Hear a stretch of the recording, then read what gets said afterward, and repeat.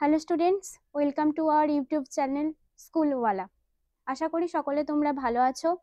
আমি তোমাদের ভূগোলের ম্যাম ত্রিশিকা। আগের ভিডিওতে আমরা অষ্টম শ্রেণীর দ্বিতীয় অধ্যায় অস্থিত পৃথিবী সম্পর্কে জেনেছি।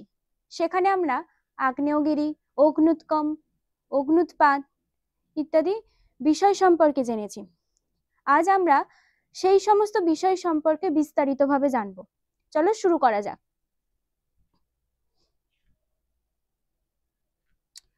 আচ্ছা, সকলের কাছে এই বইটি আছে, আশা করি আর কিছু বলতে হবে না। আজকে অষ্টম শ্রেণীর এই বইয়ের দ্বিতীয় অধ্যায় অস্থিত পৃথিবী, সেটি আগের ভিডিওতেই আমরা জেনেছি। আজও ওই চ্যাপ্টার সম্পর্কেই আমরা পড়ব। আচ্ছা, আমরা আগের ভিডিওতে অগ্ন্যুৎগম বা অগ্ন্যুৎপাত, আগ্নেয়গিরি ইত্যাদি বিষয় সম্পর্কে জেনেছি। তাহলে অগ্ন্যুৎপাত কি? অগ্ন্যুৎপাত কি চলো জেনে নেওয়া যাক। আমরা জানি যে অগ্ন্যুৎপাত হচ্ছে একটি প্রক্রিয়া, ভৌগোলিক প্রক্রিয়া, যেই প্রক্রিয়ার মাধ্যমে ম্যাগমা ভূ অভ্যন্তর থেকে বাইরে বেরিয়ে আসে। শুধু ম্যাগমা নয়, তার সাথে গ্যাস, ছাই ইত্যাদি পদার্থ। কিভাবে সৃষ্টি হয় সেটাও আমরা জেনেছি। এর ফলে কি কি পদার্থের সৃষ্টি হয় তাও আমরা জেনেছি, যেমন ম্যাগমা, ছাই, গ্যাস ইত্যাদি। আরো বিস্তারিতভাবে আমরা জানবো যে অগ্ন্যুৎপাতের প্রক্রিয়াটা কি। চলো জেনে নেওয়া যাক। পৃথিবীর ভূ অভ্যন্তর অত্যন্ত উত্তপ্ত অবস্থায় রয়েছে। গুরুমণ্ডলে 2000 ডিগ্রি সেলসিয়াসে স্বাভাবিকভাবে শিলা গলে যাওয়ার কথা। তাহলে কি গুরুমণ্ডলে 2000 ডিগ্রি সেলসিয়াসে শিলা হচ্ছে গলে যাওয়ার কথা, এটা আমরা আগেই জেনেছি যে পৃথিবীর অভ্যন্তরে যত যাব তত তাপও বাড়বে, চাপও বাড়বে। কিন্তু উপরের স্তরের প্রবল চাপে গলনাঙ্ক বেড়ে যায়, ফলে শিলা আংশিক গলে পিচ্ছিল হয়ে প্লাস্টিকের মতো প্রবাহিত হয়। আমরা আগেই জেনেছি যে ভূ অভ্যন্তরে প্রচন্ড তাপ, কিন্তু সেই তাপেও ভূ অভ্যন্তরে কেন্দ্রে পৃথিবীর একেবারে মাঝখানে পদার্থগুলি কিন্তু গলে যায় না, পুরো কঠিন অবস্থায় থাকে। কেন? চাপের কারণে। এখানে তাই বলা হয়েছে যে প্রবল চাপে গলনাঙ্ক বেড়ে যায়, ফলে শিলা আংশিক গলে, পুরো গলে না কিন্তু আংশিক গলে, কারণ চাপের জন্য আংশিক গলে যায় এবং প্লাস্টিকের মতো প্রবাহিত হয়। মানে অপুরু তরল ভাবে নয়, অর্ধ তরল প্লাস্টিক যেমন প্রবাহিত হয় সেরকম ভাবে প্রবাহিত হয়। আচ্ছা, এখানে একটি ছবি আছে। আমরা জানি যে আগ্নেয়গিরি কি, আগের ভিডিওতেই বলা হয়েছে। আগ্নেয়গিরি হচ্ছে অগ্ন্যুৎগমের বা অগ্ন্যুৎপাতের উৎসস্থল। এখানে কয়েকটি জায়গায় আগ্নেয়গিরি লক্ষ্য করা যায়। দেখো, উত্তর আমেরিকা এই বর্ডার বরাবর, প্রশান্ত মহাসাগরীয়, অস্ট্রেলিয়া, বিভিন্ন জায়গায় এখানে আমরা দেখতে পাচ্ছি আগ্নেয়গিরির অবস্থান লক্ষ্য করা যাচ্ছে। নেক্সট। আচ্ছা, অগ্ন্যুৎপাতের প্রক্রিয়া এ সম্পর্কে আমরা আগেই জেনেছি, তবু আরেকবার ঝালিয়ে নেওয়া যাক। ম্যাগমা তৈরি। পৃথিবীর অভ্যন্তরে উচ্চ তাপমাত্রা এবং চাপের কারণে শিলা গলে ম্যাগমা তৈরি হয়। এটা আমরা আগেই জানি যে ম্যাগমা কি, লাভা কি, আমরা আগেই জানি যে প্রচন্ড পরিমাণে তাপমাত্রা এবং চাপের কারণে শিলা গলে গিয়ে ম্যাগমা সৃষ্টি হয়।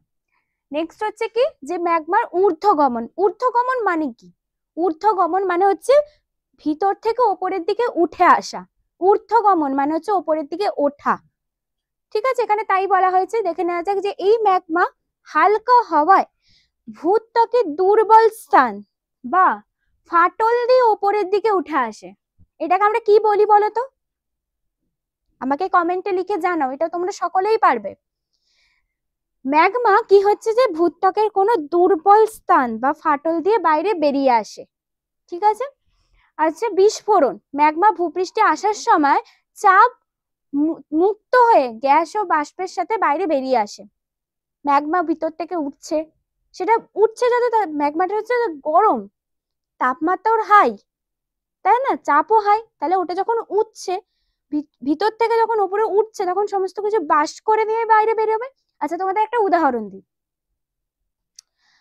কোন একটি জায়গায় জল গরম করি আমরা যখন, ঠিক আছে, জল গরম, আচ্ছা ভাত রান্না করা সবাই দেখেছো, ঠিক আছে। ভাতে যখন আমাদের ভাত হয়ে যায়, ফ্যান হয় না, ফ্যান, সেই ফ্যানটা যখন হাই যখন একদম অনেক উৎপন্ন হয় তখন কি উপচে পড়ে যায়। এটাও সেম, যে ভূ অভ্যন্তর থেকে ম্যাগমা বাইরে বেরিয়ে আসার সময় সেটাকে পুরো মুখটাকে ফাটিয়ে বাইরে বিস্ফোরণ সহ বাইরে বেরিয়ে আসে। ঠিক আছে, নেক্সট কি, যে লাভা ও ছাই নির্গমন, এটা সবাই জানো যে ম্যাগমা বেরোচ্ছে মানে বেরোনাটাকে লাভা বলা হয়, তার সাথে সাথে ছাই বেরোবে, গ্যাস বেরোবে, তাই তো? এখানে কি বলা হয়েছে, এই বিস্ফোরণের ফলে উত্তপ্ত লাভা, ছাই, ভস্ম এবং গ্যাস বায়ুমণ্ডলে উৎক্ষিপ্ত হয়, বায়ুমণ্ডলে উৎক্ষিপ্ত হয় এবং লাভা স্রোতের মতো আশেপাশের অঞ্চলে প্রবাহিত হয়। ঠিক আছে, নেক্সট।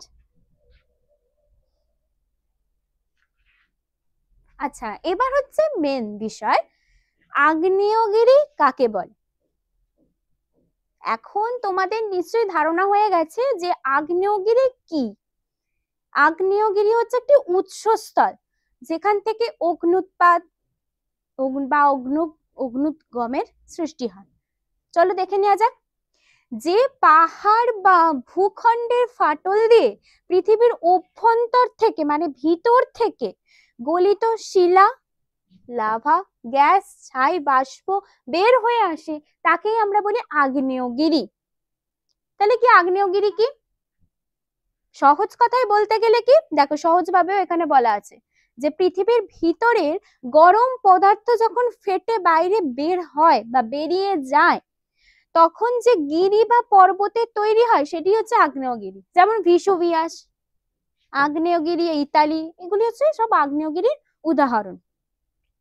তাহলে আগ্নেয়গিরি কি, আমরা সহজ ভাষায় কি বলবো? আগ্নেয়গিরি হচ্ছে একটি স্থান যেখান থেকে ভূঅভ্যন্তরের ম্যাগমা, গলিত পদার্থ, ছাই, গ্যাস ইত্যাদি বাইরে বেরিয়ে আসে, লাভা রূপে বাইরে বেরিয়ে আসে। ঠিক আছে, চলো আগ্নেয়গিরি জানলাম। এবার আগ্নেয়গিরির নিশ্চয়ই ভাগ থাকবে। আগ্নেয়গিরিকে তিনটি ভাগে ভাগ করা যায়। কি কি? সক্রিয় আগ্নেয়গিরি, সুপ্ত আগ্নেয়গিরি আর হচ্ছে মৃত আগ্নেয়গিরি। চলো জেনে নেওয়া যাক কোনটি কাকে বলে। সক্রিয় আগ্নেয়গিরি, যে আগ্নেয়গিরি এখনো নিয়মিত বা মাঝে মাঝে অগ্নুৎপাত করে তাকে সক্রিয় আগ্নেয়গিরি বলে। সক্রিয় নাম থেকেই আমরা বুঝতে পারছি এটা বৈশিষ্ট্য কি কি হবে। সক্রিয় মানে হচ্ছে যে এখনো কাজ করে, তাই তো? সেটাই এখানে বলা হয়েছে, যে সমস্ত আগ্নেয়গিরি এখনো বা মাঝে মধ্যে অগ্নুৎপাত ঘটায় বা করে তাকেই বলা হয় সক্রিয় আগ্নেয়গিরি। যেমন কি, আচ্ছা, যেগুলো ভিতরে এখনো ম্যাগমা সক্রিয় অবস্থায় আছে, স্বাভাবিক, ম্যাগমা যদি সক্রিয় অবস্থায় না থাকে তাহলে তো সেখান থেকে অগ্নুৎপাত হবে না, কারণ অগ্নুৎপাতে একমাত্র ম্যাগমাই বাইরে বেরিয়ে আসে লাভা রূপে। তাহলে সেখানে কি অবশ্যই ম্যাগমাকে সক্রিয় অবস্থায় থাকতে হবে, তাই না? আচ্ছা, উদাহরণ কি কি? উদাহরণ এক্ষেত্রে ইতালিতে উনালোয়া হাওয়াই দ্বীপে এই ঘটনা দেখা যায়। ভিসুভিয়াস, খুব ইম্পর্টেন্ট, ভিসুভিয়াস ইতালিতে এই ঘটনা মানে এই সক্রিয় আগ্নেয়গিরির অবস্থান লক্ষ্য করা যায়। সুপ্ত আগ্নেয়গিরি, আচ্ছা এখানে একটু বানানটা ঠিক করতে হবে, সুপ্ত আগ্নেয়গিরি। আচ্ছা তোমরা বলো তো, সক্রিয় মানে আমরা জানলাম যে মাঝে মধ্যে হয়, মানে মাঝে মধ্যে না, এখনো সেটা সক্রিয় আছে। তাহলে সুপ্তটা কি হতে পারে? আশা করি বুঝতে পারছো সুপ্ত আগ্নেয়গিরি কাকে বলে। যে আগ্নেয়গিরি অনেক বছর, শতাব্দী বা সহস্রাব্দ ধরে অগ্নুৎপাত করেনি কিন্তু ভবিষ্যতে আবার অগ্নুৎপাত করতে পারে তাকে আমরা সুপ্ত আগ্নেয়গিরি বলে থাকি। মানে যে সমস্ত আগ্নেয়গিরি এখনো অগ্নুৎপাত করার চান্স রয়েছে, কবে হবে জানি না, কিন্তু অগ্নুৎপাত হওয়ার চান্স রয়েছে, মানে সেখানে ম্যাগমা কিন্তু পুরো শুকিয়ে যায়নি, সেখানে কিন্তু ম্যাগমা এখনো অবস্থান করছে, হতে পারে কিন্তু কবে হবে বলা যায়নি। এখানে দেখো বলে দেওয়া আছে যে অনেক বছর, শতাব্দী, সহস্রাব্দ ধরে অগ্নুৎপাত করেনি কিন্তু ভবিষ্যতে আবার অগ্নুৎপাত করতে পারে। ঠিক আছে, তাকে আমরা সুপ্ত আগ্নেয়গিরি বলি।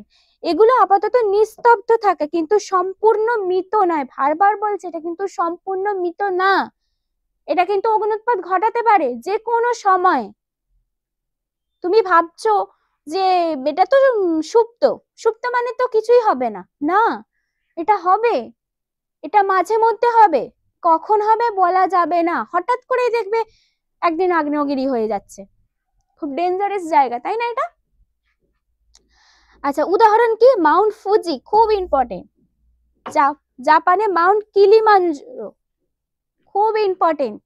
এখানে কিন্তু প্রচুর শর্ট প্রশ্ন আসতে পারে, যে একটি সুপ্ত আগ্নেয়গিরির নাম বলো, একটি সক্রিয় আগ্নেয়গিরির নাম বলো, মৃত আগ্নেয়গিরির নাম বলো। খুব ভালো করে কিন্তু নামগুলো পড়ে নেবে, একটা লিস্ট করে নেবে, লিস্ট করে পড়ে নেবে, তাহলে মনে থাকবে, মাথায় বারবার দেখবে, তাহলে মনে থাকবে।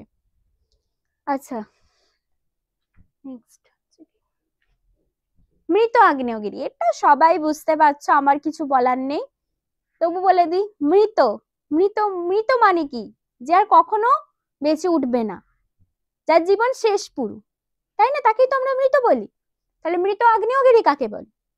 যে আগ্নেয়গিরি থেকে চিরতরে অগ্নুৎপাত বন্ধ হয়ে গেছে, মানে আর সেখানে হবেই না,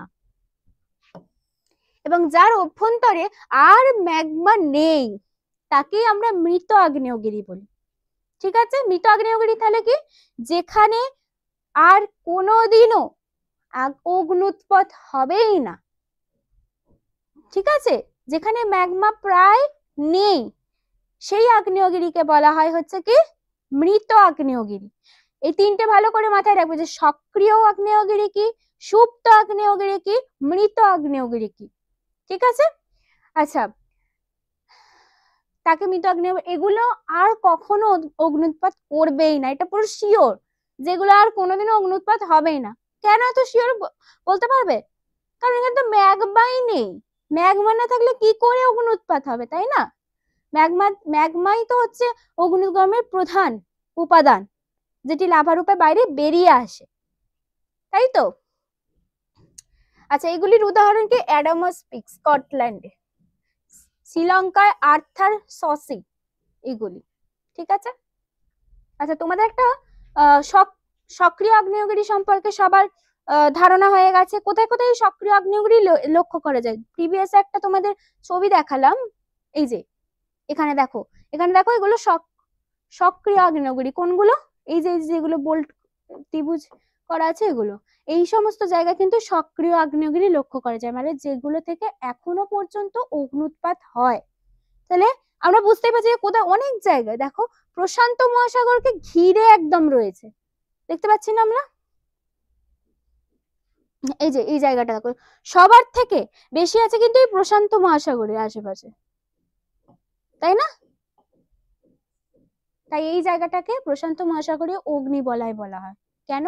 অনেক রকম, অনেক আগ্নেয়গিরির এখানে অবস্থান লক্ষ্য করা যায়। শুধু আগ্নেয়গিরি না, সক্রিয় আগ্নেয়গিরি, মানে যেখান থেকে এখনো অগ্নুৎপাত হয়। ঠিক আছে? আচ্ছা, আমরা জানলাম যে আগ্নেয়গিরি কিরকম, কত প্রকার ভাগ, সবকিছু জানলাম। এবার আগ্নেয়গিরির ফলে খুব ইম্পর্টেন্ট দুটি পদার্থের সৃষ্টি হয়, মানে বস্তু, বিষয় সম্পর্কে জানতে হবে। কি? আ আ আ, আর হচ্ছে পা হো হো। নামটা খুব ইন্টারেস্টিং, মজাদার। ঠিক আছে, চলো জেনে নেওয়া যাক। ইন্দোনেশিয়ায় আগ্নেয়গিরি থেকে গাঢ় সান্দ্র একরকম লাভা নির্গত হয়। হাওয়াই দ্বীপের ভাষায় এর নাম হচ্ছে আ আ। তাহলে আ আ কেন হয়েছে?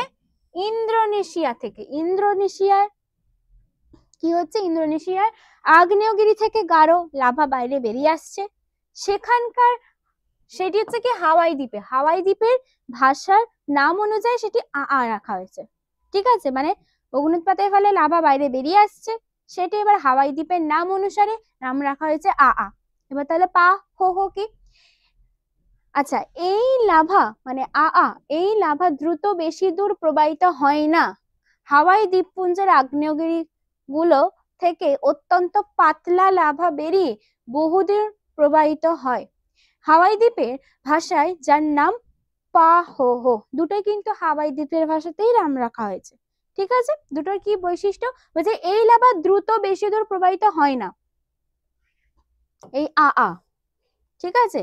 আর পাহোটা কি বলছে, হাওয়াই দ্বীপের আগ্নেয়গিরিগুলো থেকে অত্যন্ত পাতলা লাভা, অত্যন্ত পাতলা লাভা বাইরে বেরিয়ে এসে বহুদূর প্রবাহিত হতে পারে।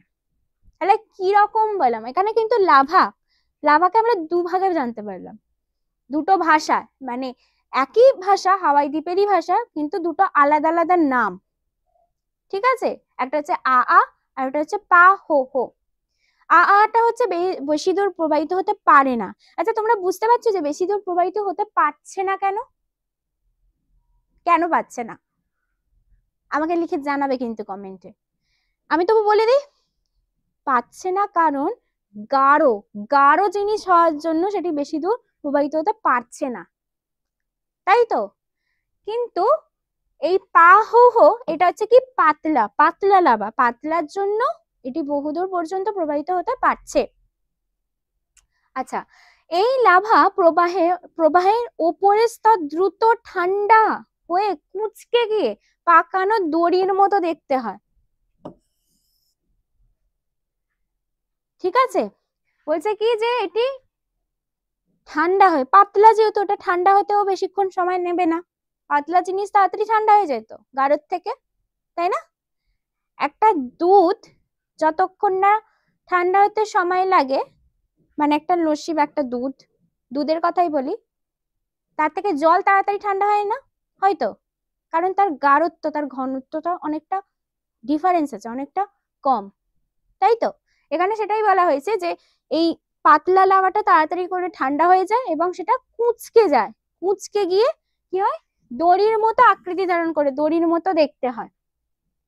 এখানে দেখো দুটো লাভা তোমাদের ছবি দেওয়া হয়েছে। আচ্ছা, এটা দেখে তুমি কি বুঝতে পারছো, কোনটা গাঢ় কোনটা পাতলা? আমাকে কিন্তু জানাবে, ঠিক আছে। এটা এর মধ্যে কিন্তু পার্থক্য আছে দুটো ছবির মধ্যে, কোনটা কিরকম লাভা দেখতে পাচ্ছ আমাকে কিন্তু কমেন্টে লিখে জানাবে, ঠিক আছে। নেক্সট কি বলেছে দেখা যাক। ভূপৃষ্ঠের নিচে ভূ অভ্যন্তরে যে স্থান থেকে ভূমিকম্পের উদ্ভব হয় তা হলো ভূমিকম্পের কেন্দ্র। জানি কেন্দ্র মানেই বুঝতে পারছি যে সেখান থেকেই ভূমিকম্পের উদ্ভব ঘটে। তাহলে ভূমিকম্পের কেন্দ্র কি? যেখান থেকে ভূমিকম্প উদ্ভব হয় তাকে আমরা বলি কি, ভূমিকম্পের কেন্দ্র। অধিকাংশ ভূমিকম্পের কেন্দ্র ভূপৃষ্ঠ থেকে 50 থেকে 100 কিমি গভীরে হয়ে থাকে। তাহলে কেন্দ্র মানে কত কিমি গভীরে হতে থাকে? 50 থেকে 100 কিমি। কেন্দ্র থেকে ঠিক উলম্ব দিকে, উলম্ব মানে গুলিয়ে ফেলো না, উলম্ব মানে হচ্ছে উপরের দিকে, অত উলম্ব যদি বলতে পারো সোজা ভাষায় উপরের দিকে বলবে, উপরের দিকে বা উলম্ব দিকে ভূপৃষ্ঠের যে বিন্দুতে প্রথম কম্পন পৌঁছায় সোজা ভূমিকম্পের সেটা ভূমিকম্পের উপকেন্দ্র, ভূমিকম্পের উপকেন্দ্র। তাহলে ভূমিকম্পের উপকেন্দ্রকে আমরা জানলাম যে ভূমিকম্পের কেন্দ্র ভূমিকম্পের সৃষ্টি হয়, সেটা যখন উপরের দিকে উঠছে, যেখানে ফার্স্ট টাচ করে সেটি হচ্ছে ভূমিকম্পের উপকেন্দ্র। আচ্ছা, ভূমিকম্পের ফলে উদ্ভূত শক্তি কেন্দ্র উপকেন্দ্র থেকে পৃথিবীর অন্যান্য স্থানে তরঙ্গের আকারে ছড়িয়ে পড়ে। এই তরঙ্গগুলোকে আমরা ভূকম্পন তরঙ্গ বলি। আচ্ছা, আমি একটা ছবি আঁকি, ছবি এঁকে বোঝালে তোমাদের সুবিধা হবে। এটা সাপোজ পৃথিবী, আচ্ছা এটা হচ্ছে কেন্দ্র। আমরা কি জানলাম, এই ঠিক কেন্দ্র মানে মাঝখান থেকে ভূমিকম্পের উদ্ভব ঘটে, তাই তো। যেটা ওখানে লেখা আছে সেটা পড়ে বোঝার চেষ্টা করো। কেন্দ্রে উদ্ভব ঘটে, কেন্দ্র থেকে উলম্ব মানে সোজা দিকে আমরা যেখানে যাই, যেখানে প্রথম টাচ করে সেটা হচ্ছে উপকেন্দ্র, তাই তো। এবার সেখান থেকে কি বিভিন্ন জায়গায় ছড়িয়ে পড়ে। আগের ভিডিওতে অন্দরমহলে আমরা দেখেছি বিভিন্ন রকম তরঙ্গ, পি তরঙ্গ, এস তরঙ্গ, এখানে আরেকটি তরঙ্গ আছে সেটা সম্পর্কে জানবো। সেখানে সেই ছবিতে আমরা কি দেখেছি, যে এখান থেকে ক্রমশ তরঙ্গ ছড়িয়ে পড়ছে, কোনটা এটি বেঁকে পড়ছে, কোনটা এটি সোজা পড়ছে, তাই তো। তাহলে কি জানলাম, কেন্দ্র থেকে সৃষ্টি হয়ে উপকেন্দ্রের দিকে গিয়ে সেখানে এবার ক্রমশ ছড়িয়ে যাচ্ছে। এই তরঙ্গগুলোকে আমরা কি বলি, ভূমিকম্পের তরঙ্গ, ঠিক আছে। নেক্সট এবার তরঙ্গ সম্পর্কে জানা, আমরা আগেই জেনেছি পি তরঙ্গ কি, এস তরঙ্গ কি। এখানে একটি নতুন তরঙ্গ আছে, সেটা হচ্ছে এল তরঙ্গ। ঠিক আছে, চলো জেনে নেওয়া যাক। প্রাথমিক তরঙ্গ মানে প্রি ওয়েভ, সব থেকে দ্রুত বেগে এই তরঙ্গ ভূপৃষ্ঠে প্রথম এসে পৌঁছায় কঠিন, তরল, গ্যাসীয় সমস্ত রকম পদার্থের মধ্যে দিয়ে ক্রম সংকোচন ও প্রসারণ প্রক্রিয়ায় এই তরঙ্গ প্রবাহিত হয়। এই তরঙ্গ প্রবাহিত হয়। আমরা জেনেছি আগে যে পি তরঙ্গ হচ্ছে এমন একটি তরঙ্গ যেই তরঙ্গ সমস্ত তরল, গ্যাসীয় সব অবস্থার মধ্যে দিয়ে প্রবাহিত হতে পারে। আজকে আরো একটা বিষয় জানলাম কি, এটি হচ্ছে ভূপৃষ্ঠে প্রথম এসে পৌঁছায়। তাহলে প্রশ্ন আসতে পারে যে কোন তরঙ্গ প্রথম এসে ভূপৃষ্ঠে পৌঁছায়? ভূমিকম্পের কোন তরঙ্গ? তাহলে কি আমরা আনসার দেব? পি তরঙ্গ, প্রাইমারি ওয়েভ, প্রাথমিক তরঙ্গ। ঠিক আছে। আচ্ছা, দ্বিতীয় পর্যায়ের তরঙ্গ মানে কি হতে পারে? এস ওয়েভ, এটা সম্পর্কেও আমরা জেনেছি। পি তরঙ্গের পরে এই তরঙ্গ ভূপৃষ্ঠে এসে পৌঁছায়, তাহলে পি এর পরে আসে কি? এস, তাই একে দ্বিতীয় পর্যায়ের তরঙ্গ বলা হয়েছে, দ্বিতীয়তে আসছে বলে। ঠিক আছে। বস্তুকণার ওপর নিচে ওঠানামার মাধ্যমে এটি প্রবাহিত হয়। এই তরঙ্গ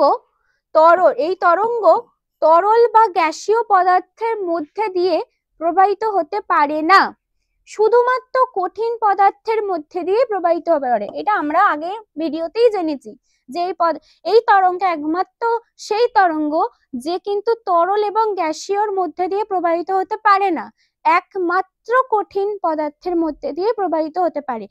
একটি ছবিও আমরা সেখানে আলোচনা করেছিলাম। আচ্ছা, নেক্সট হচ্ছে কি এল তরঙ্গ। এই সম্পর্কে আমরা নতুন জানবো। এল তরঙ্গটা কি?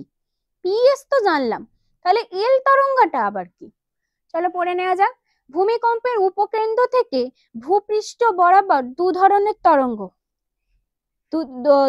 তরঙ্গ এল বা লোভেল এল ছড়িয়ে পড়ে। 3 থেকে 4 কিমি সেকেন্ড। ঠিক আছে, 3 থেকে 4 কিমি সেকেন্ড এই ওয়েভ থাকে। কালো তরঙ্গ, এই পৃষ্ঠ তরঙ্গগুলোর কারণে বেশিরভাগ ক্ষয়ক্ষতি হয়ে থাকে। তাহলে এই তরঙ্গটাই হচ্ছে একমাত্র, এই এল তরঙ্গটাই হচ্ছে একমাত্র তরঙ্গ যার মাধ্যমে সব থেকে পরিমাণে ক্ষতিগ্রস্ত হয়। মানে আমরা দেখেছি না ভূমিকম্প, সেখানে কি হচ্ছে? সেখানে হচ্ছে, আচ্ছা ঠিক আছে, তোমাদের একটা ছবি দেখাই। আমরা দেখতে পাচ্ছি যে কি এখানে প্রচুর পরিমাণে ক্ষতিগ্রস্ত হয়েছে, তাই তো? একটা রাস্তা পুরো ভেঙে গেছে ভূমিকম্পের ফলে। তাহলে কোন তরঙ্গ এখানে বেশি কার্যকারী হয়েছে? কি পড়লাম? পি তরঙ্গ, এস তরঙ্গ না এল তরঙ্গ? কি মনে হচ্ছে তোমাদের? কোন তরঙ্গ সব থেকে বেশি ক্ষতিগ্রস্ত করে? কি পড়লাম? এল তরঙ্গ, তাই তো? দেখো এল তরঙ্গ বেশি কার্যকারের ফলে সব থেকে বেশি ক্ষতিগ্রস্ত, পুরো একদম রাস্তা ভেঙে গেছে। আচ্ছা, প্রাথমিক তরঙ্গ কি? সব থেকে দ্রুত বেগে এই তরঙ্গ ভূপৃষ্ঠে প্রথম এসে পৌঁছায়। ঠিক আছে। কঠিন, তরল, গ্যাসীয় পদার্থ এই সমস্ত সম্পর্কে জানলাম সমস্ত কিছু। যে প্রাথমিক তরঙ্গ সম্পর্কে কি জানলাম? যে কঠিন, সব থেকে গুরুত্বপূর্ণ বিষয় যে এইগুলো সম্পর্কে মাথায় রাখবে, যে প্রাথমিক তরঙ্গ সম্পর্কে জানলাম, এস তরঙ্গ সম্পর্কে জানলাম, এল তরঙ্গ সম্পর্কে জানলাম, তাই তো? এই সম্পর্কে মাথায় রাখবে যে প্রাথমিক তরঙ্গ কঠিন, কি জানলাম? কঠিন, তরল, গ্যাসীয় পদার্থের মধ্যে দিয়ে প্রবাহিত হয়। এস তরঙ্গ শুধুমাত্র তরল গ্যাসীয় পদার্থের মধ্যে দিয়ে প্রবাহিত হয়। আর এল তরঙ্গ হচ্ছে সব থেকে ক্ষতিগ্রস্ত তরঙ্গ, সব থেকে বেশি ক্ষয়ক্ষতি হয়। ঠিক আছে, নেক্সট পেজে যাওয়া যাক। ভূমিকম্প সম্পর্কে জানলাম যে ভূমিকম্পের তরঙ্গ কয় প্রকার ও কি কি। ঠিক আছে, এবার কি বলেছে? ভূমিকম্প সিসমোগ্রাফ যন্ত্র দ্বারা মাপা হয়। আর ভূমিকম্পের ক্ষয়ক্ষতি ও তীব্রতা মাপা হয় কি? রিক্টার স্কেলে। দুটো কিন্তু আলাদা, দুটো কিন্তু যন্ত্র, কিন্তু দুটি কিন্তু আলাদা। দুটি কিন্তু ভূমিকম্পেই মাপা হচ্ছে, কিন্তু দুটো কিন্তু আলাদা বিষয় মাপা হচ্ছে। কি কি? ভূমিকম্প, শুধু ভূমিকম্প মানে ভূমিকম্প হচ্ছে কিনা সেই সম্পর্কে জানার জন্য হচ্ছে সিসমোগ্রাফ যন্ত্র। আর ভূমিকম্পের ক্ষয়ক্ষতি বা তীব্রতা, কতটা হলো সেই সম্পর্কে জানার জন্য যে যন্ত্র ব্যবহার করা হয় সেটি হচ্ছে কি রিক্টার স্কেল। রিক্টার স্কেল, স্কেলের সূচক মাত্রা 0 থেকে 10 মানে 0 থেকে 10। প্রতিটি মাত্রার ভূমিকম্প তার আগের মাত্রার চেয়ে 10 গুণ বেশি শক্তিশালী হয়। ঠিক আছে, রিক্টার স্কেলে 6 এর বেশি মাত্রার ভূমিকম্প বিরাট ক্ষয়ক্ষতি লক্ষ্য করা যায়। মানে 6 ভূমিকম্পে যদি রিক্টার স্কেলে 6 হয় বা 6 এর উপরে হয় সেটা সব থেকে পরিমাণে ক্ষতিগ্রস্ত ভূমিকম্প রূপে পরিচিত হয়। ঠিক আছে, তার দ্বারাই সব থেকে বেশি ক্ষয়ক্ষতি হয়। মানে আগে যে আমরা ছবিটি দেখলাম সেখানে সব থেকে বেশি ক্ষয়ক্ষতি হয়েছে না, তাহলে তার মাত্রা নিশ্চয়ই 6 বা 6 বেশি হয়েছিল। ঠিক আছে, 1960 সালে চিলির ভূমিকম্পের মাত্রা ছিল কি রিক্টার স্কেলে 8.5 মানে বুঝতে পারছো কতটা বেশি। যেখানে বলেছে 6 এর বেশি হলে সেটা ক্ষতিগ্রস্ত, তাহলে এখানে 8.5 মানে ধারণারই বাইরে যে সেখানে কতটা পরিমাণে ক্ষতিগ্রস্ত হয়েছিল। এটা খুবই ইম্পর্টেন্ট। ঠিক আছে, আর এখানে একটা ছবি দেওয়া আছে, আমরা দেখে নিই। রিক্টার স্কেল জানলাম, তার দ্বারা তীব্রতা খুব ভালো করে মাথায় রাখবে, তীব্রতা কতটা ভূমিকম্পের ক্ষয়ক্ষতি হচ্ছে তার তীব্রতাটা মাপা হয়। ভূমিকম্প মাপার জন্য বলছি না, ভূমিকম্পের তীব্রতা। ঠিক আছে, তো রিক্টার স্কেলটা কতটা তার মান তার সম্পর্কে সংক্ষিপ্ত আমরা জানলাম যে 6 এর বেশি হলে সেটা ক্ষতিকর। তবে এখানে ডিটেলসে দেওয়া আছে, একবার দেখে নি। মান কত থাকলো? 0 থেকে 10, 0 থেকে 10 এর মধ্যেই তার মানগুলো আছে। দেখো ভালো করে যে এর নিচে হচ্ছে 0, 3.0, 4.0 করতে করতে 9.0 বা 10। ঠিক আছে, চলো জেনে যাই। 0 থেকে 3.0 হচ্ছে নগণ্য, মানে খুবই কম, একদম কম। 3.0 থেকে 4.0 এখান থেকে কি মৃদু, মানে কি অনুভূত হয় না, মানে হচ্ছে প্রায় না হওয়ার মতোই।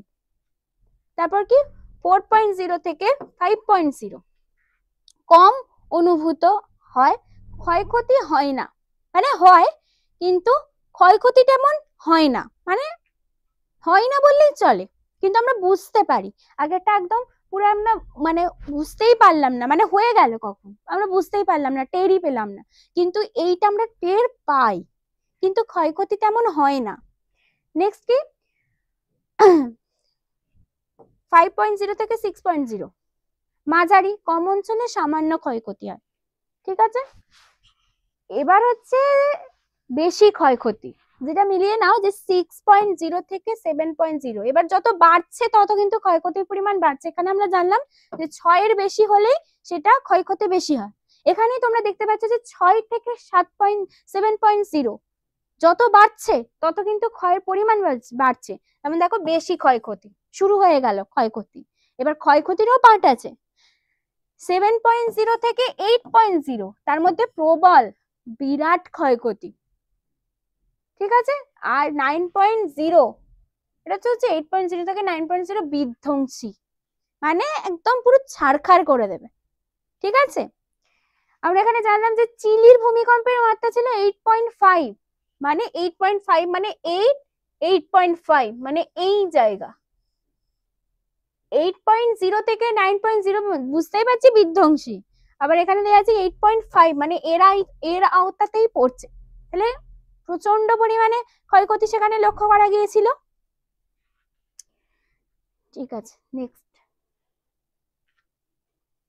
এবার আমরা দেখলাম ভূমিকম্পের মাত্রা কিরকম, মানে কি যন্ত্রের দ্বারা মাপা হয়, কিরকম তীব্রতার মান, তাই তো, কোথায় কিরকম তীব্রতা হলে সেটাকে কিরকম ভূমিকম্প বলা হবে, মৃদু, প্রবল, বিধ্বংসী, সব সম্পর্কেই জানলাম। এবার বিভিন্ন অঞ্চলে ভূমিকম্প লক্ষ্য করা যায়, কি কি অঞ্চলে, চলো সেই সম্পর্কে পড়ে নেওয়া যাক। ভূমিকম্প প্রবণ অঞ্চল অভিসারী ও অপসারী নিরপেক্ষ সমস্ত ধরনের পাত সীমানাতেই দেখা যায়।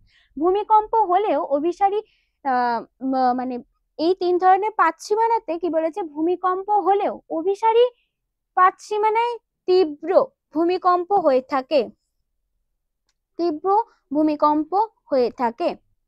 আচ্ছা, তোমাদের মনে আছে কি যে অভিসারী, অপসারী, নিরপেক্ষ এই 3টি পাতসীমানা? আশা করি মনে আছে। এখানে কি বলেছে যে সমস্ত ধরনের, আমরা দেখেওছি, আমরা জেনেওছি যে সমস্ত ধরনের পাতসীমানাতেই ভূমিকম্প লক্ষ্য করা যায়, যেহেতু সেখানে পাতে পাতে ঠোক্কর হচ্ছে, একটি পাত পরস্পর থেকে দূরে সরে যাচ্ছে, আবার দুটি পাত কি পরস্পর পাশাপাশি ঘর্ষণ হচ্ছে, তাই তো সেখানে ভূমিকম্প হচ্ছে। সব থেকে বেশি হয় কি অভিসারী পাতসীমানায়। আশা করি অভিসারী পাতসীমানা আমরা জেনেছি যে দুটি পাত পরস্পর পরস্পরের কি অভিমুখে, মানে পরস্পর পরস্পরের দিকে, যত দিকে যাবে, ধরো এই একটা পাত এই একটা পাত, দুটো পাত যত পরস্পর পরস্পরের দিকে যাবে কি হচ্ছে, একটি পাত আরেকটি পাতের ওপর উঠে যাচ্ছে, তাহলে সেখানে ঘর্ষণ হচ্ছে না? ঘর্ষণ হচ্ছে, তাহলে সেখানে প্রচুর পরিমাণে কি ভূমিকম্প, অগ্ন্যুৎপাত তো আছে, ভূমিকম্পের সৃষ্টি হচ্ছে, তাই তো? তাই বলা হয়েছে যে অভিসারী পাতসীমানাতেই সব থেকে বেশি তীব্র ভূমিকম্প হয়ে থাকে। প্রশান্ত মহাসাগরীয় অঞ্চলে নিমজ্জিত পাতসীমানা হিমালয় ও আল্পস পার্বত্য অঞ্চলে অভিসারী পাতের সংঘর্ষ সীমানায় প্রায়শই ভূমিকম্প হয়। তাহলে কেউ বলেছে হিমালয় ও আল্পস পার্বত্য অঞ্চলে, এটা হচ্ছে অভিসারী পাতসীমানা যুক্ত অঞ্চল। আচ্ছা, এইগুলো আমাকে একটা কথা বলো তো, তাহলে এই প্রশান্ত মহাসাগরীয় যে জায়গাটা দেখতে বলা হয়েছে এখানে প্রশান্ত মহাসাগরীয় অঞ্চলে, একটু আগেই আমরা জেনেছি, তবু আমি বলছি, এখানে কি ধরনের আগ্নেয়গিরি লক্ষ্য করা যায় বলো? এখানে বলেই দিয়েছে যে প্রায়শই ভূমিকম্প হয়, তাহলে আমাকে বলো যে এটা কোন ধরনের আগ্নেয়গিরির কথা বলা হয়েছে, আমাকে কমেন্টে লিখিয়ে জানিও। পৃথিবীর সমস্ত নবীন ভঙ্গিল পার্বত্য অঞ্চল ভূমিকম্প প্রবণ। পৃথিবীর অধিকাংশ জীবন্ত আগ্নেয়গিরি প্রশান্ত মহাসাগরকে বলয়ের মতো ঘিরে রয়েছে। এই জন্য প্রশান্ত মহাসাগরকে দুদিকে উপকূলের আগ্নেয়গিরির বলয়কে প্রশান্ত মহাসাগরীয় অগ্নিবলয় বলে। আগে ছবি দেখলাম আমরা যে প্রশান্ত মহাসাগরের চারপাশে সব থেকে বেশি পরিমাণে আগ্নেয়গিরির অবস্থান আমরা লক্ষ্য করতে পাচ্ছি, তাই না? সেই জন্য এখানে বলা হয়েছে যে শুধু আগ্নেয়গিরি না, জীবন্ত সক্রিয়, গুলিয়ে ফেলবে না, আগ্নেয়গিরির বিভিন্ন পার্ট, তার মধ্যে সক্রিয় আগ্নেয়গিরি সব থেকে পরিমাণে আছে কোথায়? প্রশান্ত মহাসাগরের চারিপাশে ঘিরে। তাই প্রশান্ত মহাসাগরকে বলা হয় কি, প্রশান্ত মহাসাগরকে দুদিকে উপকূল আগ্নেয়গিরির বলয়কে আমরা কি বলি? প্রশান্ত মহাসাগরীয় অগ্নিবলয়। খুব ইম্পর্টেন্ট যে প্রশান্ত মহাসাগরীয় অগ্নিবলয় কাকে বলে, অথবা প্রশান্ত মহাসাগরকে কেন অগ্নিবলয় বলা হয়, ঠিক আছে?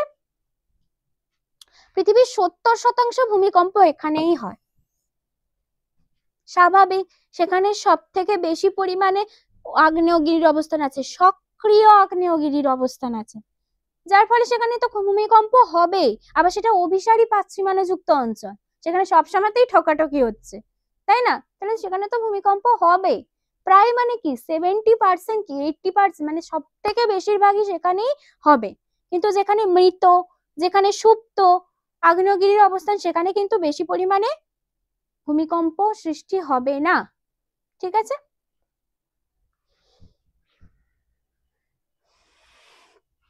আচ্ছা, প্রশান্ত মহাসাগরের আন্ডারে রয়েছে ফুজিয়ামা, এগুলি সব আগ্নেয়গিরির নাম। জাকাতুয়া, সেন্ট হেলেন্স, এগুলো হচ্ছে সব আগ্নেয়গিরির নাম।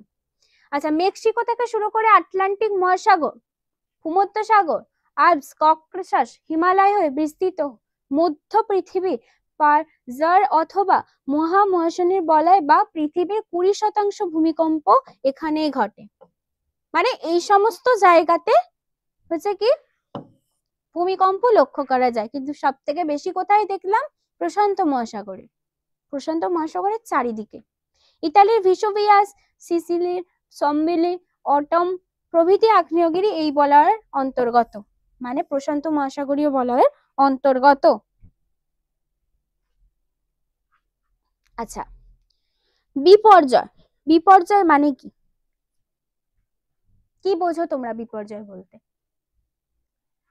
বিপর্যয় হচ্ছে একটি পরিস্থিতি যেখানে মানুষ সহ বিভিন্ন প্রাণীদের, শুধু মানুষ না কিন্তু বিভিন্ন প্রাণীদের, বিভিন্ন কি বলবো বস্তু, যেমন বাড়ি ঘর ইত্যাদি বস্তুর প্রচুর পরিমাণে ক্ষয়ক্ষতি হয়। ঠিক আছে, বিপর্যয় কিন্তু বলে কয়ে আসে না, এটা কিন্তু ভূমিকম্পের মতোই, হঠাৎ হঠাৎ করে সৃষ্টি হয়। সুনামি, ভূমিকম্প এগুলো সব বিপর্যয়ের উদাহরণ, বন্যাও বলতে পারো। ঠিক আছে, তাহলে আমরা এখানে কি সম্পর্ক হচ্ছে? ভূমিকম্প। তাহলে সেটাকে কেন বিপর্যয় বলছি, চলো জেনে নেওয়া যাক। অগ্নুৎপাত এবং ভূমিকম্প দুটোই অভ্যন্তরীণ শক্তির আকস্মিক বহিঃপ্রকাশ। এর ফলে এদিকে যেমন পৃথিবীর ভূপ্রকৃতি জলবায়ুর বড় ধরনের পরিবর্তন হতে পারে, সম্পত্তি ধ্বংস বিপর্যয় ঘটতে পারে, যেটা আমরা এই মাত্র বললাম। বিপর্যয় শুধুমাত্র পশু পাখি প্রাণী এদের না, সেখানে সম্পত্তি হানি, মানে ঘর বাড়ি সব, রাস্তাঘাট দেখলাম আমরা একটা ছবিতে যে পুরো ধ্বংস হয়ে গেছে, এই সম্পত্তি হানিও ঘটতে পারে। ঠিক আছে, আবার পৃথিবীর অনেক আগ্নেয়গিরি সংলগ্ন অঞ্চল অত্যন্ত জনবহুল। এইখানটা কেন এরকম কথা বলা হয়েছে? অত্যন্ত জনবহুল। আগ্নেয় ভস্ম লাভা থেকে উর্বর মাটি তৈরি হয়, যা কৃষিকাজে খুবই উপযুক্ত। আচ্ছা, কি বললো যে আগ্নেয়গিরিযুক্ত অঞ্চলে কিন্তু জনবহুল, ঠিক আছে, মানে সেখানে মানুষজন থাকে, তাই তো। এবার সেখানে কিভাবে ক্ষয়ক্ষতি তো অবশ্যই আমরা বুঝতে পারছি। সেখানে এই আগ্নেয়গিরির ফলে কিন্তু একটা সুবিধাও পাওয়া যায়। কিরকম সুবিধা দেখা যাক, যে আগ্নেয় ভস্ম লাভা থেকে উর্বর মাটি তৈরি হয়, যা কৃষিকার্যে কিন্তু খুব উপযুক্ত। হ্যাঁ, অগ্নুৎগমের ফলে আমরা দেখলাম যে ঘর বাড়ি ভেঙে যাচ্ছে, রাস্তাঘাট ভেঙে যাচ্ছে, মানুষের খুবই অসুবিধা, মানে মানুষের প্রাণহানি পর্যন্ত হচ্ছে, তাই তো। কিন্তু অগ্নুৎগম মানে আগ্নেয়গিরির ফলে যে অগ্নুৎগম হয়, ঠিক আছে, তার কারণে কিন্তু বিভিন্ন রকমের সুবিধাও হচ্ছে। ভূমিকম্প হচ্ছে ঠিক কথা, মানুষের সমস্ত কিছু শেষ হয়ে যাচ্ছে ঠিক কথা, কিন্তু এই যে ভস্ম লাভা ইত্যাদি মাটি তৈরি হয়, তার মানে ভস্ম লাভা যে বাইরে বেরিয়ে আসে, তার দ্বারা হচ্ছে একটি খুব উর্বর মাটির সৃষ্টি হয়, যা কৃষিকার্যের জন্য খুবই উপযুক্ত। তাহলে মানুষের সুবিধা হচ্ছে যে সেখানে বিভিন্ন ধরনের চাষাবাদ করতে পারছে, যা তাদের জীবিকা নির্ধারণ করতে সাহায্য করছে, তাই তো।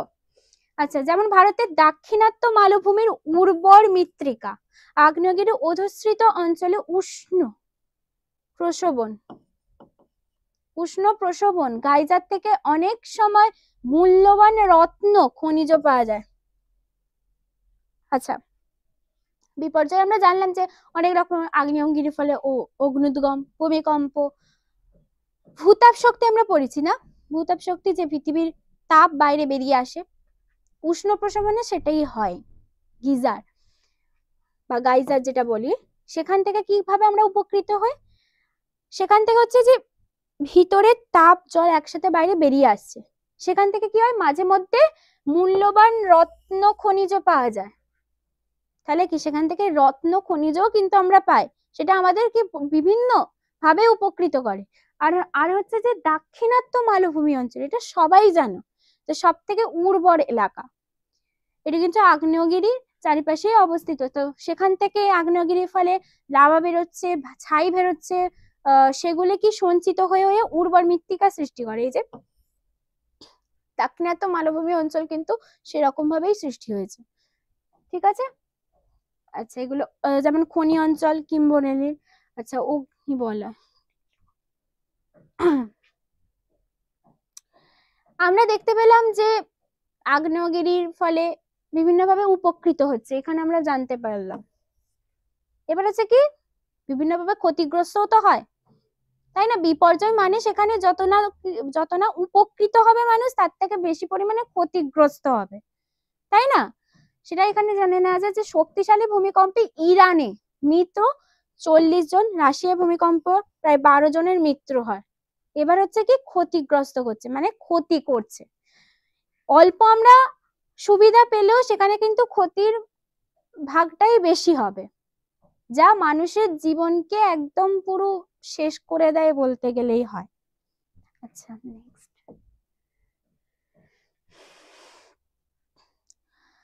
আচ্ছা, অন্যান্য প্রাকৃতিক বিপর্যয়ের মতো ভূমিকম্পের আগাম সতর্কতা দিয়ে ক্ষয়ক্ষতির পরিমাণ কমানোর কোনো সুযোগ থাকে না। তাই আকস্মিক ভূমিকম্পে ঘরবাড়ি ভেঙে চাপা পড়ে প্রচুর প্রাণহানি হয়, ঠিক আছে? বড় বড় ধস, ফাটল তৈরি হওয়ায় পরিবহন ও যোগাযোগ ব্যবস্থা নষ্ট হয়ে যায়। ধস কি?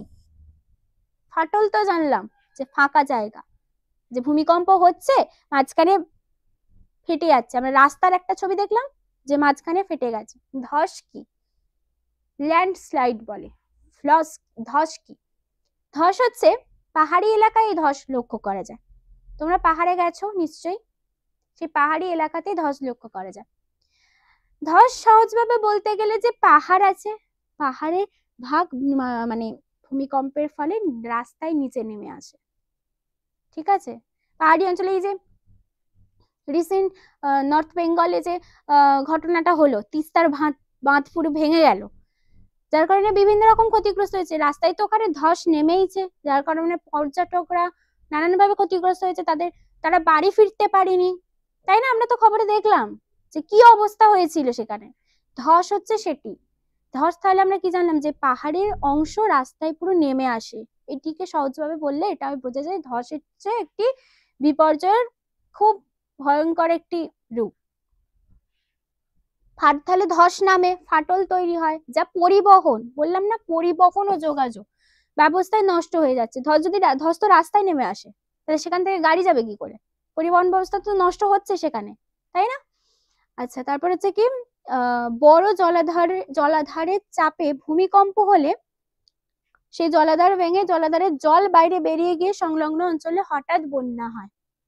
তা সুনামি জানো, সুনামি সমুদ্রের নিচে ভূমিকম্প হয়, সেখানে জলোচ্ছ্বাস হয়, জলোচ্ছ্বাস বাইরে তার নগরকে একদম ডুবিয়ে দেয়। আমরা দেখেছি তো সুনামির অনেক ভিডিও, অনেক দেখেছো আশা করি। তো সেটাই এখানে বলা হয়েছে। পৃথিবীব্যাপী জনসংখ্যা বৃদ্ধি, অপরিকল্পিত নগরায়ন, ভূমিকম্প প্রবণ অঞ্চলে বহুতল রাস্তাঘাট, বাঁধ, জলধারা নির্মাণ, অবৈধ খনি খনন সবই সম্ভাব্য বিপর্যয়ের প্রবণতাকে বাড়িয়ে তুলেছে। কি? জনসংখ্যা বৃদ্ধি, নগরায়ন, ভূমিকম্প অঞ্চলে বহুতল রাস্তাঘাট। ভূমিকম্প হলে আমরা তো জানছি যে এই সমস্ত ঘটনা ঘটছে। এবার সেখানে ক্রমশ যদি মানুষ ব্যবস্থা না নিয়ে বড় বড় বাড়ি তৈরি করে, নগরায়ন ঘটায়, জনসংখ্যা যদি ক্রমশ বৃদ্ধি পায়, তাহলে তো বাড়িঘর তাড়াতাড়ি বৃদ্ধি পাবে, তাই না? রাস্তাঘাট ক্রমশ তৈরি করা, বাঁধ দেওয়া, নদীতে বাঁধ দেওয়া, এই সমস্ত কারণে ক্রমশ বিপর্যয়ের সম্ভাবনা বাড়িয়ে তুলছে, প্রবণতাকে কি বাড়িয়ে তুলছে। চলো নেক্সট। মানে এই সমস্ত ব্যবস্থাগুলোকে কমাতে হবে, না হলে কিন্তু এই সমস্ত বিপর্যয় ক্রমশ বেড়ে যাবে। বিপর্যয় একটি প্রাকৃতিক ঘটনা ঠিকই, কিন্তু সেখানে কিন্তু মানুষেরও হাত আছে, তাই না? এখানে যদি জনসংখ্যা ক্রমশ বৃদ্ধি পায়, প্রচুর পরিমাণে বাড়িঘর তৈরি করা হয়, তাহলে তো সেটা আমাদের ভূপৃষ্ঠের উপর চাপের সৃষ্টি করছে না? তাই এইগুলোকে কমাতেই হবে, নাহলে কিন্তু বিপর্যয় থামবে না, ক্রমশ বিপর্যয় ঘটবে। এই যে ঝড় দেখছি আমরা, ক্রমশ ঝড় হচ্ছে এখন না, গ্রীষ্মকাল টাইমে বন্যা, এবারে কিন্তু বন্যার পরিমাণ ক্রমশ বাড়ছে। এখানে কিন্তু যেমন প্রাকৃতিক ভাবে হচ্ছে, তেমন মানুষেরও প্রভাব আমরা লক্ষ্য করতে পারি। এবার বিপর্যয় তো ঠিক আছে, বিপর্যয় তো ঘটবেই। তাহলে বিপর্যয় যদি কখনো বিপর্যয় ঘটে, তাহলে কি কি মানা উচিত? ধরো হঠাৎ তো বিপর্যয় আসতে পারে না, তাহলে তুমি কোনো অবস্থায় থাকলে তুমি নিজেকে কি করে রক্ষা করবে, তার জন্য কয়েকটি ব্যবস্থা নেওয়া হয়েছে, মানে নেওয়া হয়, যাকে আমরা বিপর্যয় ব্যবস্থাপনা বলি। মানে কি কি করা উচিত বিপর্যয়ের সময়, কি কি বাড়ির ঝুঁকিপূর্ণ বিষয়গুলি চিহ্নিত করতে হবে। মানে কি, আমি বাড়িতে আছি, যদি পুরানো বাড়ি হয় তাহলে কি, আমার দুটো বাড়ি আছে, পুরানো বাড়ি নতুন বাড়ি, তাহলে আমার সব থেকে বেশি ভেঙে যাওয়ার সম্ভাবনা কোন বাড়িটায়, পুরানোটা। তাহলে আমাকে চিহ্নিত করতে হবে যে পুরানো বাড়িতে আমি থাকবো না, আমাকে সঙ্গে সঙ্গে নতুনে চলে যেতে হবে, তাই তো। আচ্ছা, তারপর কি দুর্যোগ মোকাবিলার পরিকল্পনা, কি করে আমি দুর্যোগটাকে মোকাবিলা করব, তার পরিকল্পনা তোমায় গ্রহণ করতে হবে, মানে উপায় তোমাকে ভাবতে হবে। জরুরিকালীন জিনিসপত্র গুছিয়ে রাখা, যদি ভূমিকম্প হয়, যদি বন্যা হয়, ভূমিকম্পের সময় ততটা হয় না, কিন্তু যদি বন্যা হয় তাহলে আমাকে আমার প্রয়োজনীয় জিনিসপত্র আগে থাক থেকে গুছিয়ে নিতে হবে, গুছিয়ে নিয়ে আমাদের চলে যেতে হবে। এবার বলবে আমায় যে বিপর্যয় ম্যাম আপনি বললেন তো যে হঠাৎ হঠাৎ করে আসে। এখন হ্যাঁ, এখন আবহাওয়া দপ্তর খুব উন্নত, খুবই ভালো পরিষেবা আমাদের দিচ্ছে, তাদের দ্বারা আমরা জানতে পারছি যে কখন কি ধরনের বিপর্যয় আমাদের আসতে পারে, কখন ঝড় হবে, কখন বন্যা হতে পারে, সবই আমরা বুঝতে পারছি, আগাম সতর্কতা আমাদের দেওয়া হয়, তাই না। তাই আমরা নিজেদেরকে বাঁচানোর উপায়ও গ্রহণ করতে পারি, ঠিক আছে। আচ্ছা, কি বাড়ির দুর্বল স্তর মেরামত করা, মানে যেগুলি ফেটে যাচ্ছে, বাড়ির মাঝে মাঝে দেখবে পুরানো বাড়ি হলে ফাটল ধরে, ঠিক আছে, বা প্লাস্টার, যে বাড়ির বাইরে প্লাস্টার না হলে তাহলে ফাটল ধরে, সে ফাটলগুলোকে বোঝাতে হবে, মানে বাড়িটাকে তুমি শক্ত করতে হবে। ভূমিকম্প চলাকালীন কোনো শক্ত আসবাবের তলায় আশ্রয় নেওয়া, ধরো তুমি একটা বাড়িতে আছো, হঠাৎ ভূমিকম্প হচ্ছে, তুমি জানোই না ভূমিকম্প হচ্ছে, কিন্তু আজকে ভূমিকম্প হবে সেটা তোমায় জানিয়ে রেখে দেবে না। তুমি ধরো কোনো কারণে জানলেই না আজকে ভূমিকম্প হতে পারে, হঠাৎ ভূমিকম্প হলো, তুমি ঘরে আছো, তুমি কি করবে, সব নড়ছে, কি করব আমি, কোনো একটি আসবাবপত্রের নিচে তোমাকে আশ্রয় নিতে হবে, সেই আসবাবপত্র যথেষ্ট মজবুত হতে হবে, ঠিক আছে। কম্পন থেমে গেলে আঘাত ও ক্ষয়ক্ষতির অনুসন্ধান, কম্পন হচ্ছে, এবার ভূমিকম্প যখন থেমে যাবে তারপরে কি করব, ভূমিকম্প থেমে গেলে আমাদের দেখতে হবে যে কতটা কিরকম ভাবে ক্ষয়ক্ষতি হয়েছে, সেটা এখানে বলা হয়েছে। যত তাড়াতাড়ি সম্ভব বাড়ি বা স্কুল থেকে বেরিয়ে কোনো খোলা জায়গায় যাবে, কোনো স্কুলে থাকাকালীন যদি ভূমিকম্প হয় তাহলে তাড়াতাড়ি কোনো পাশের পার্শ্ববর্তী অঞ্চল, মানে পাশের মাঠে ফাঁকা জায়গায় আশ্রয় নিতে হবে, কারণ কোন মুহূর্তে কখন সেই স্কুলও ভেঙে পড়তে পারে বা সেই বাড়িও ভেঙে পড়তে পারে, ঠিক আছে। যদি খোলা জায়গায় বেরিয়ে যাওয়া সম্ভব না হয় তবে বাড়ির মধ্যে দ্রুত কোনো টেবিল বা শক্ত আসবাবপত্রের তলায় ঢুকে পড়তে হবে, এটা আগে জানলাম যে কঠিন আসবাবপত্রের নিচে আমাদের আশ্রয় নিতে হবে, ঠিক আছে। আচ্ছা, কিছু প্রশ্ন এখানে আছে, এটা তোমাদের হোমওয়ার্ক থাকবে, তো তোমরা করে নিয়ে আসবে। কি কি আছে, ভূমিকম্প কোন যন্ত্রের দ্বারা মাপা হয়, আ ও পা হো হো কি, একটি মৃত আগ্নেয়গিরির নাম লেখো, অগ্ন্যুৎগমের উৎস কি, ভূমিকম্প তরঙ্গ কয় প্রকার ও কি কি। এই প্রশ্নগুলো দেয়া থাকলো, এগুলো তোমরা করে আসবে, ঠিক আছে। আজকের পড়া এই পর্যন্তই শেষ করলাম। Thanks for watching. তোমাদের যদি আমার পড়ানো ভালো লেগে থাকে তাহলে তোমরা ভিডিওটা লাইক করো, চ্যানেলটি সাবস্ক্রাইব করো এবং নিচে কমেন্টে জানিও।